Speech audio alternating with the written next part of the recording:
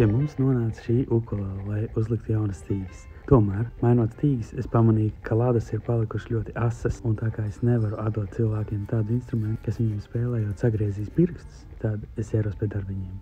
Kā redzams, mani mīļākie smilšpapīri ir arī tie, ko varam atrast nagu kopšanas salonā.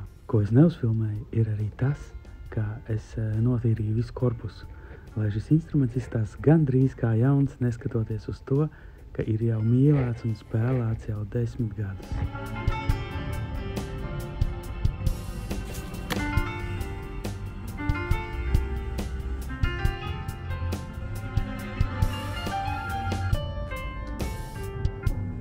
Tad standarta apkopē ir arī ļoti nepieciešamā citronēļa.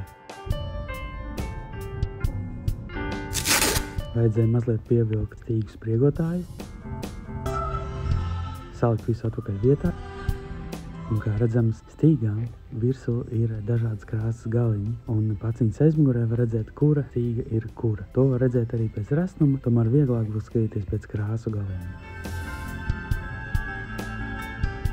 Tad atliek tikai uzskaņot, un viss gatavs.